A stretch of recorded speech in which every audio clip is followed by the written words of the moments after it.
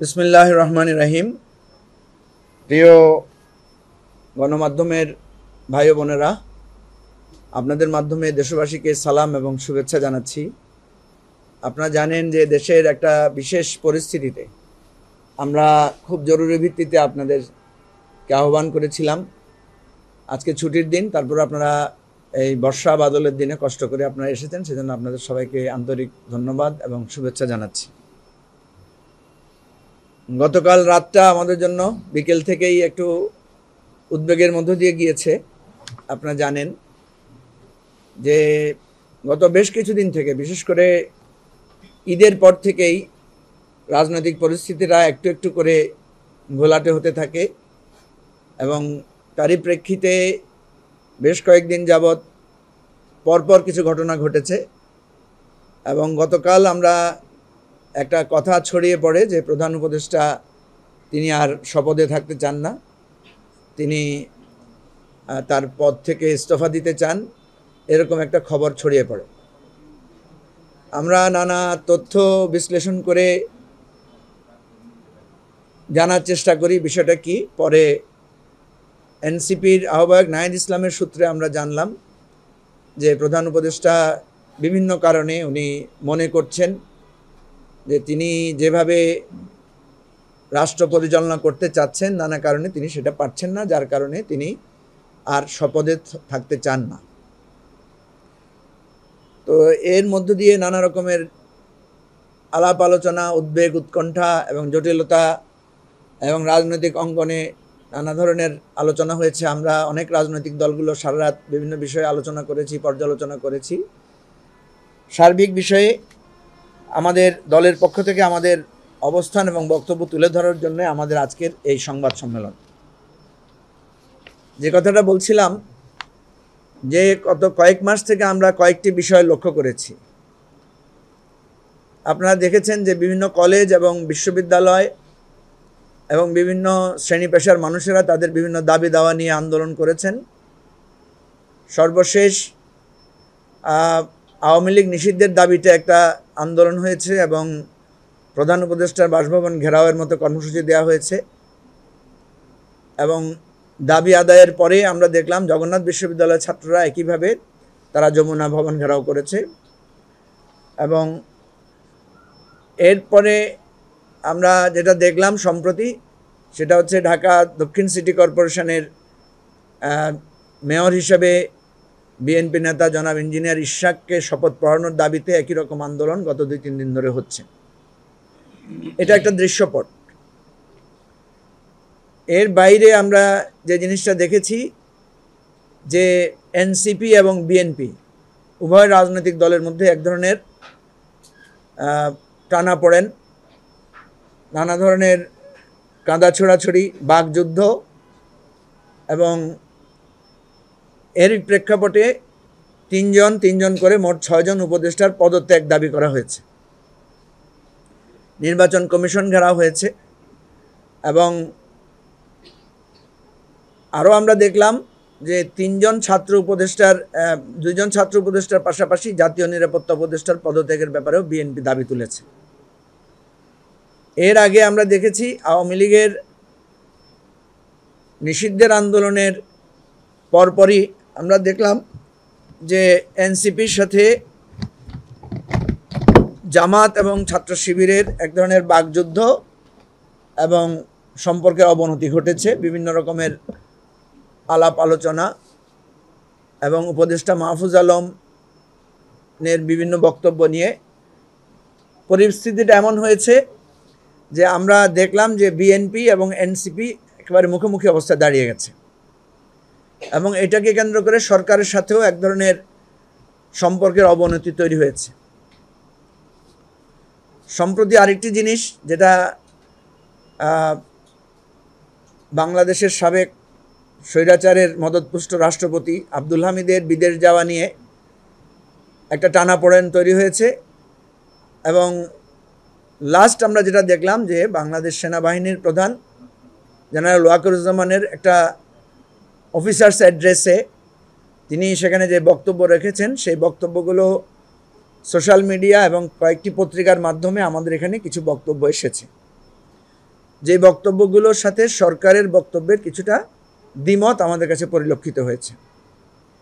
এমতো প্রেক্ষাপটে আমরা দেখলাম যে সরকারের সাথে রাজনৈতিক দল, প্রধান রাজনৈতিক দল, সরকারের সাথে ছাত্রদের যে রাজনৈতিক দল, একই সাথে সেনাবাহিনীর নেতৃত্বের এই যে একটা ঘোলাটে পরিবেশ, এই ঘোলাটে পরিবেশটাতে আমাদের কাছে মনে হয়েছে যে সরকারের অবস্থান, সরকারের কর্তৃত্ব কিছুটা দুর্বল হয়েছে এবং সরকার তার কর্তৃত্ব প্রয়োগ করতে পারছে না। আমরা গত 16 মে চট্টগ্রামে যে জনসভা হয়েছিল আমাদের, সেখানে আমি স্পষ্ট মনে আছে আমি বলেছিলাম যে রাজনৈতিক দলগুলোর সাথে যদি সরকারের আস্থার সংকট দেখা দেয় তাহলে একটা জটিল সংকট আমাদের জন্য তৈরি করবে। আপনারা দেখেছেন যে বিএনপি সহ বেশ কয়েকটি রাজনৈতিক দলের কাছে আমরা দেখেছি তাদের কাছে একটা আশঙ্কা তৈরি হয়েছে যে এই সরকার কোনো না কোনোভাবে তারা তাদের ক্ষমতাকে দীর্ঘায়িত করতে চায়। তারা আপনার আমাদের যে সংস্কারের স্বপ্ন, সংস্কার করতে চায় না বা সংস্কারের পথে বাধা সৃষ্টি করছে এবং তারা দ্রুত নির্বাচন দাবি করছে। আপনারা জানেন এবি পার্টি একটি মধ্যপন্থী রাজনৈতিক দল। আমরা সাধারণত যে কোনো এক্সট্রিম পজিশনকে আমরা অ্যাভয়েড করার চেষ্টা করি। আমরা খুব কাছ থেকে বোঝার চেষ্টা করলাম যে আসলে সমস্যাটা কোথায়। আমরা দেখলাম যে সরকারের পক্ষ থেকে শুধুমাত্র 2-1 উপদেষ্টা বিচ্ছিন্ন বিক্ষিপ্তভাবে কিছু মন্তব্য করেছেন, যেগুলোকে কেন্দ্র করে বড় রাজনৈতিক দলগুলো একটা সন্দেহ সংশয়ের দানা ওনারা বেঁধেছেন। কিন্তু সরকারের পক্ষ থেকে কোনোভাবেই নির্বাচন পেছানোর বা নির্বাচনকে দীর্ঘায়িত করার কোনো সুস্পষ্ট আলামত বা বক্তব্য আমরা পাইনি। বরং সরকারের কাছ থেকে যেটা আমরা পেয়েছি, যেটাকে আমরা সমালোচনাও করেছি, যে সরকার বলছেন যে ডিসেম্বর থেকে জুনের মধ্যে তারা নির্বাচন দিতে চান। আপনারা দেখেছেন, আপনাদের মাধ্যমে কিন্তু আমরা দাবি তুলেছি যে সরকারকে একটা সুনির্দিষ্ট রোডম্যাপ দেওয়ার জন্য, এবং আমরা বলেছি শুধু নির্বাচনের রোডম্যাপ না, তারা যাতে সংস্কার, বিচার এগুলো সম্পর্কে একটা রোডম্যাপ দেন। সুতরাং এই জায়গায় আমরা সরকারের সাথে বিএনপির বিশেষত একটা দূরত্ব আমরা দেখেছি। আমরা চেষ্টা করেছি এই দূরত্বটা দূর করার জন্য। সরকারের বিভিন্ন উপদেষ্টাদের সাথে আমরা কথা বলেছি এবং বিএনপির সিনিয়র পর্যায়ের নেতৃবৃন্দের সাথে আমরা অনবরত কথা বলেছি। এর বাইরে সমমনা যে সমস্ত রাজনৈতিক দল আছে তাদের সাথেও আমরা কথা বলেছি।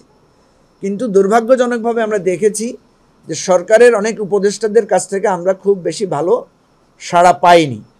এটা যে একটা সংকট তৈরি হচ্ছে, এটা যে একটা সমস্যা তৈরি করবে, এই বিষয়ে আমরা বোঝাতে চেয়েছি, কিন্তু খুব ভালো রেসপন্স আমরা তাদের কাছ থেকে পাইনি। বরং কোনো কোনো উপদেষ্টার কাছ থেকে আমরা অসহযোগিতাও পেয়েছি এবং তাদের নানা রকমের কথা এবং তাদের আচরণে এই ঐক্যটা আরও বিভক্ত হয়েছে এবং দূরত্বটা তৈরি হয়েছে। বিএনপি বড় রাজনৈতিক দল হিসাবে আমরা বিএনপি নেতৃবৃন্দকে বোঝাতে চেয়েছি যে বিএনপির একটা দায়িত্বশীল ভূমিকা রয়েছে। বিএনপি সংস্কার এবং নির্বাচন চায়, এটা আমরা জানি, এটা বিএনপির অফিসিয়াল বক্তব্য। তারপরেও বিএনপির কোনো কোনো নেতার পক্ষ থেকে বিষয়গুলো অতীব জোর দিয়ে এসেছে যে এই সরকার আসলে নির্বাচন দীর্ঘায়িত করতে চায় এবং দীর্ঘ সময় ধরে তারা ক্ষমতায় থাকতে চায়। এর বাইরে বন্দর, তারপরে আপনার মানবিক করিডোর সহ নানা বিষয় নিয়ে অনেক ধরনের আপনারা জানেন যে মিসট্রাস্ট এখানে তৈরি হয়েছে। আমরা সরকারকে অনুরোধ করেছিলাম, এই সরকার যেহেতু ক্ষমতায় আছে, বাংলাদেশের এই পরিস্থিতিতে যে কোনো বিষয়ে তারা ভূমিকা নিতে পারে, তবে যেই বিষয়গুলো রাষ্ট্রের নিরাপত্তা এবং স্থিতিশীলতার সাথে জড়িত সেগুলো যাতে ওনারা রাজনৈতিক দলগুলোর সাথে পরামর্শ করে পদক্ষেপ নেন।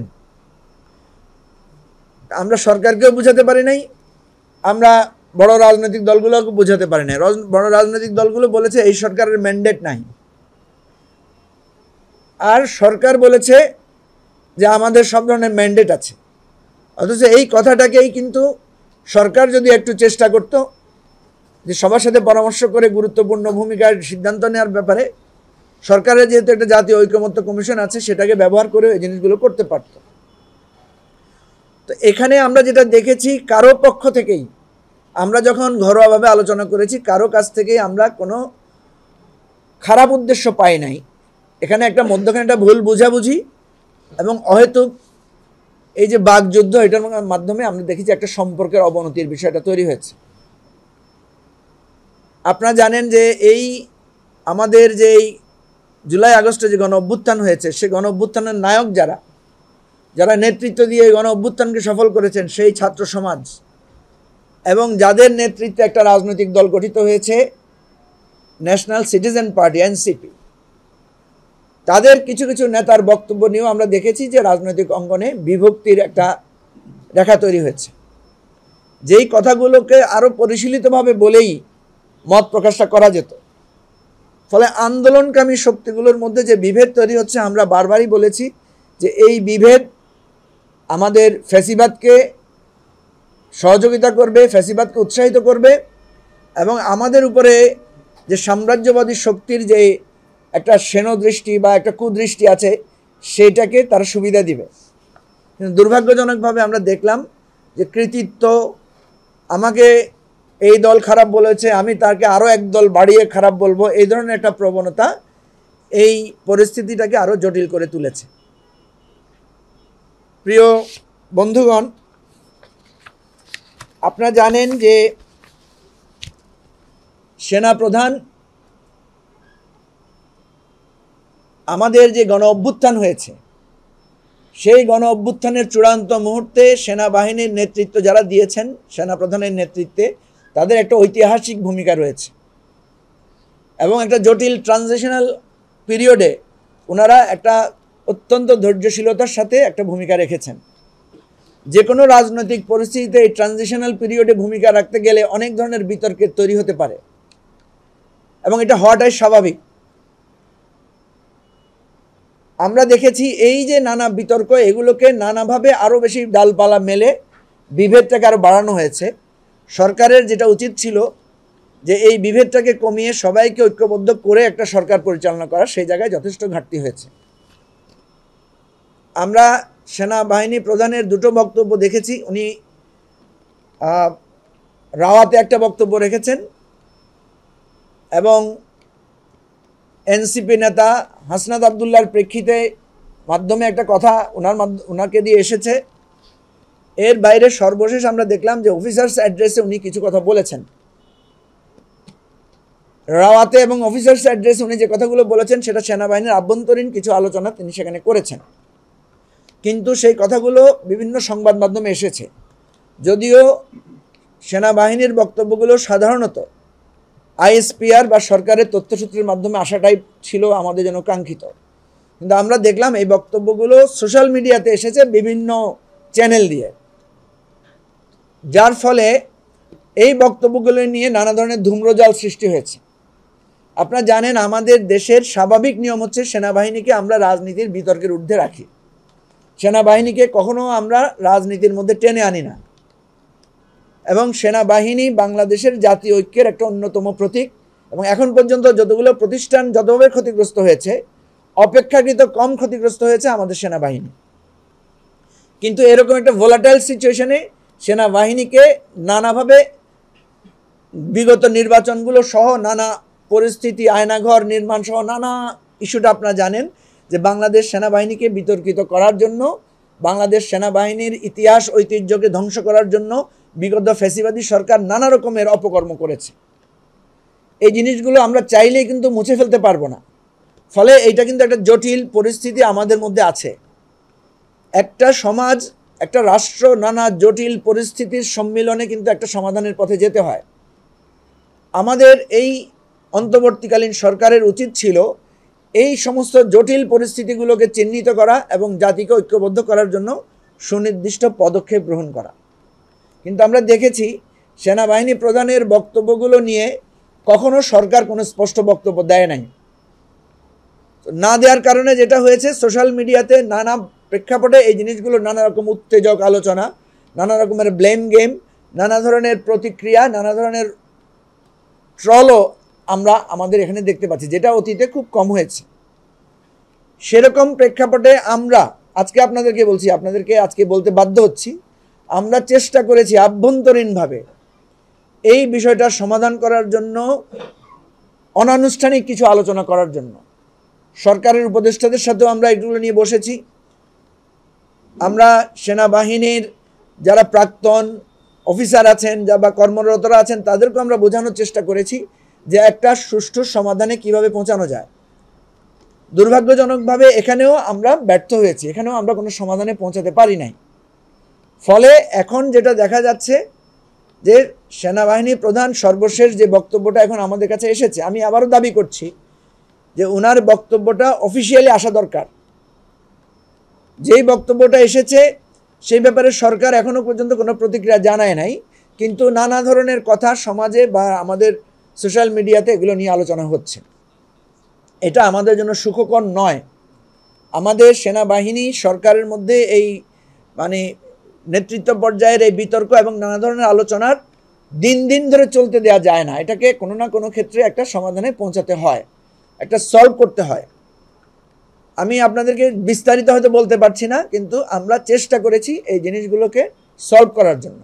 অর্থাৎ বিএনপির সাথে এনসিপির দূরত্ব কমানো, বিএনপির সাথে সরকারের দূরত্ব কমানো, এনসিপি যে সমস্ত দাবি দাওয়া নিয়ে পরিস্থিতি তৈরি করছে, পাল্টাপাল্টি করছে, সেগুলোকে সংযত করা, সেনাবাহিনী সহ প্রশাসনের যেই সরকারের নিয়ন্ত্রণ বা সরকারের কার্যক্রমকে আরও দৃঢ়ভাবে এবং দায়িত্বশীলতার সাথে সম্পন্ন করার জন্য আমরা একটা নতুন রাজনৈতিক দল হিসেবে, যেহেতু আমাদের সাথে সকল রাজনৈতিক দলের একটা সুসম্পর্ক আছে, আমাদেরকে সবাই একটু ভালো মূল্যায়ন করেন, জানেন, সেজন্য আমরা চেষ্টা করেছি। এই জন্য বহু ভুল বুঝাবুঝিরও আমরা সম্মুখীন হয়েছি। তারপরে আমরা এই পথ থেকে নিজেদেরকে আমরা সরিয়ে নেই নাই, আমরা সর্বশেষে চেষ্টা করেছি। তো এরকমও পরিস্থিতিতে আমরা আজকে দেশবাসীর কাছে উপস্থিত হয়ে বলছি, আবারও বলছি, দেখেন, একটা যুদ্ধ কিন্তু সমাধান হয় সংলাপের মাধ্যমে, সমঝোতার মাধ্যমে।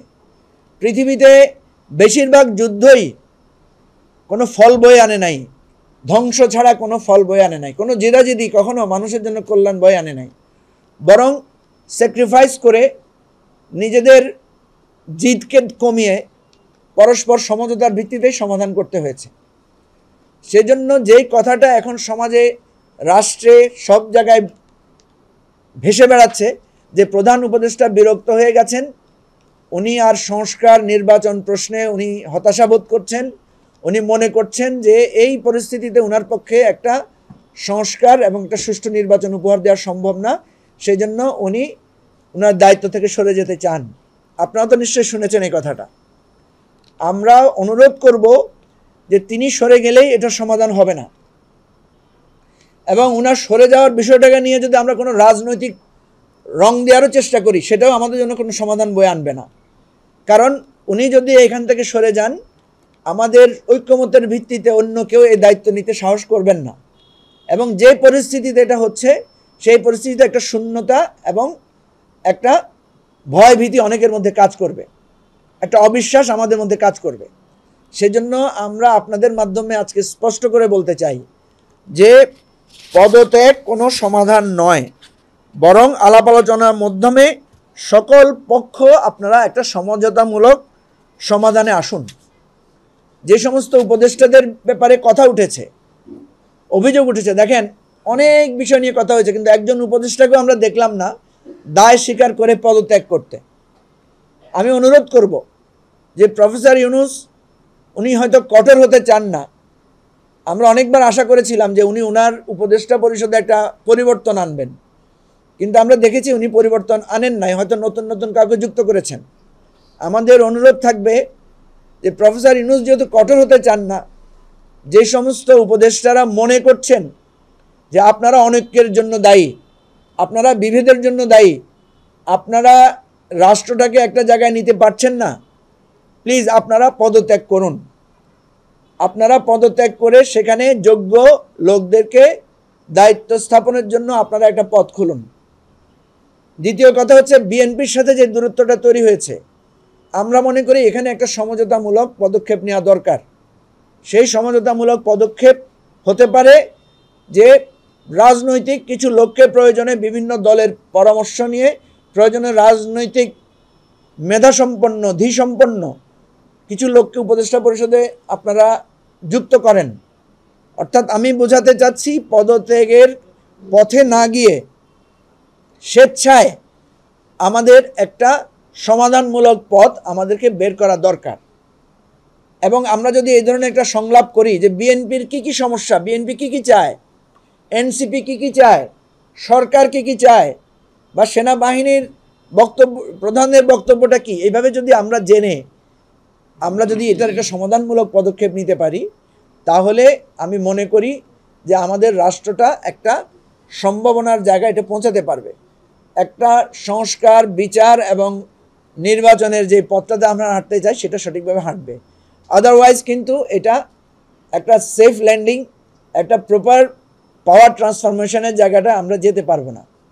তো আমি আপনাদেরকে ধন্যবাদ জানাই, আপনারা কষ্ট করে এসেছেন, আমাদের বক্তব্য শুনেছেন। আমরা অনুরোধ করব যে কোনো সমস্যার সমাধানের জন্য সবাইকে আপনার একটা সহনশীল পরিবেশ বজায় রাখতে হয়। প্লিজ, আমি আবারও বলছি, দেশবাসীকে সাক্ষী রেখে বলছি, এই পরিস্থিতি যদি আমরা উন্নতি ঘটাতে না পারি, এই জটিলতা থেকে যদি আমরা একটা সমাধান বের করতে না পারি, আগামী দিনে যে পরিস্থিতি হবে সেটা সবাই পরবর্তীতে আফসোস করবেন, সবাই পরবর্তীতে নিজের কপালকে দোষ দিবেন। আমরা আজ থেকে 9 মাস আগেও যেরকম খারাপ পরিস্থিতিতে ছিলাম, বিশ্বাস করুন আমরা সকল পক্ষ, সকল রাজনৈতিক দল, এই দেশের এখন যারা বিভিন্ন পর্যায়ে দায়িত্ব পালন করছেন, আপনারা শতগুণ ভালো অবস্থানে আমরা আছি। সুতরাং এই সুবর্ণ সময়টাকে নিজেদের জেদাজেদি, নিজেদের স্বার্থের দ্বন্দ্বে, নিজেদের বাকযুদ্ধ এবং নিজেদের মধ্যে হানাহানি, একে অপরকে অপমান করার প্রচেষ্টাটা আপনারা বন্ধ করেন। আমরা বলবো, বিশেষ করে সোশ্যাল মিডিয়াতে যারা নানা ধরনের তির্যক কথা বলে সমস্যা তৈরি করেন, সেই সমস্ত লোকদেরকে আমরা বলবো, প্লিজ আসেন, অনেক হয়েছে। 9 মাসে আমরা একে অপরের প্রতি অনেক অপবাদ, অনেক উপহাস আমরা করেছি। আমরা এবার একটা সমাধানের পথে, জাতীয় ঐক্যের পথে আমরা এগিয়ে যাই ইনশাআল্লাহ।